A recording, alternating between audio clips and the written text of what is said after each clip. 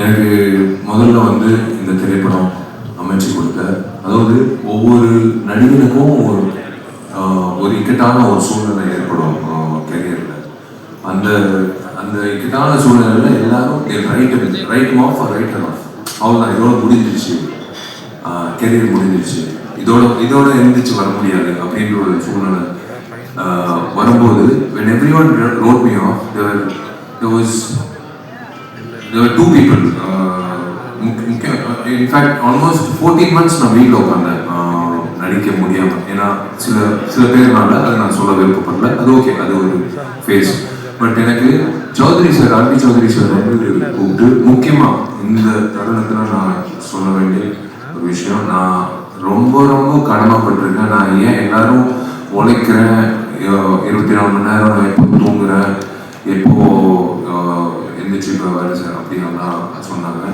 உண்மையிலே ஒரு வருடம் வந்து என்னோட பர்சனல் லைஃப் ரொம்ப ரொம்ப பாதிச்சு இருந்தாலும் இந்த படம் நல்லா வெற்றிகரமாக வரணுன்றதுக்காக என் கூட இருந்து என் கஷ்டங்களில் என்னை ஊக்கப்படுத்தி என்னை வந்து இந்த நாள், இந்த நேரம், இந்த நொடி உங்கள் முன்னாடி இவ்வளோ பாசிட்டிவாக நிப்பாட்டினதுக்கு காரணமாக இருந்தால் என்னை வருங்கால மனைவி, என்னோட துணைவி சாய் தன்ஷிகாவுக்கும் வந்து நான் ரொம்ப ரொம்ப கடமைப்பட்டிருக்கேன், நன்றி சொல்லணும். பிகாஸ் வேறு யாராவது தான் பிச்சுக்கிட்டு ஓடிட்டு இருப்பாங்க எல்லாரும். எனக்கு RB Choudhary second most important thing, I should thank RB Choudhary sir. அந்த நேரத்தில் எனக்கு வந்து என் மேலே கொடுத்த கான்ஃபிடன்ஸ். இதெல்லாம் தாண்டி ஒரு நபர், ஒரே ஒரு நபர், திருப்பூர் சுப்பிரமணியம் அண்ணன்.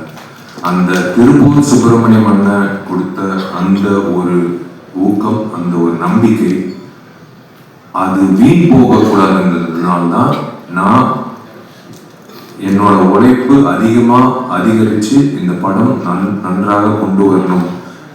தமிழ்லையும் சரி, தெலுங்குலையும் சரி, இந்த படம் இப்போ ஆகஸ்ட் 14 திரைக்கு வரப்போகுது. ஒவ்வொரு நாளும் உழைக்கும் போது நான் நினைச்சிட்டு இருக்கிற ஒரே விஷயம், அவர் என் மேல வச்சிருந்த அந்த நம்பிக்கை வீண் போகக்கூடாது. அவருக்கு நான் வந்து நன்றின்னு சொல்றதை விட அவருக்கு கடமைப்பட்டிருக்கேன். ஒருத்தர் எழுப்பி விட்டுறாங்க பார்த்தீங்களா, அந்த நேரத்தில் யாருமே இல்லாத சமயத்தில் எழுப்பி விட்டு போட போய் வேலை செய்ய உன்னால் முடியும் அப்படின்னு சொல்லி எனக்கு கொடுத்த ஊக்கம்தான் இந்த மகுடம் திரைப்படத்தோட சக்ஸஸ்க்கு முக்கியமான காரணம். எங்களோட உழைப்பு முன்பின் அதுக்கப்புறம் தான் அது பிஃபோர் வந்து கொடுத்த ஊக்கம், கொடுத்த அந்த பிளாட்ஃபார்ம் திருப்பூர் சுப்பிரமணியனுக்கு நான் நன்றி தெரிவிச்சுக்கிறேன். I should thank all my artist and my technicians. எனக்கு this is the most challenging film நான் சொல்லுவேன். பிகாஸ் ஸ்க்ரீன், அதாவது கேமராக்கு முன்னாடி கேமராக்கு பின்னாடி அப்படின்ற ஒரு சந்தர்ப்பத்தில் வந்து சில நேரத்தில் I became a split personality. இது ஏன்னா போய் நடிக்கணும், நான் நடிக்கும்போது எல்லா ஆர்டிஸ்ட்க்கும் நான் சொல்லிடுவேன், நான் ஸ்டார்ட் கேமரா ஆக்ஷன் சொல்லி ஒரு செகண்ட்க்கு அப்புறம் நீங்கள் நடிகன்னு சொன்னேன். எனக்கு அந்த எடிட் பாயிண்ட் நான் திடீர்னு நினச்சா அது அந்த வசனம் பேசினா அது கஷ்டம்னு சொல்லும் போது பேசி முடிச்ச உடனே அதுதான் அந்த கஷ்டமான விஷயம். அவங்க பேசி நடித்து முடிச்சதுக்கப்புறம் மறுபடியும் நான் போய் அந்த காட்சியை பார்த்து வந்து நடிக்கிறது தான். அந்த நேரத்தில் என்னன்னா எல்லாருமே நான் சொன்னது வந்து, இவன் எதுக்கு நம்மளுக்கு நடிப்பு சொல்லித்தரான், இவன் எதுக்கு எனக்கு வரிகளுக்கு வந்து ஒரு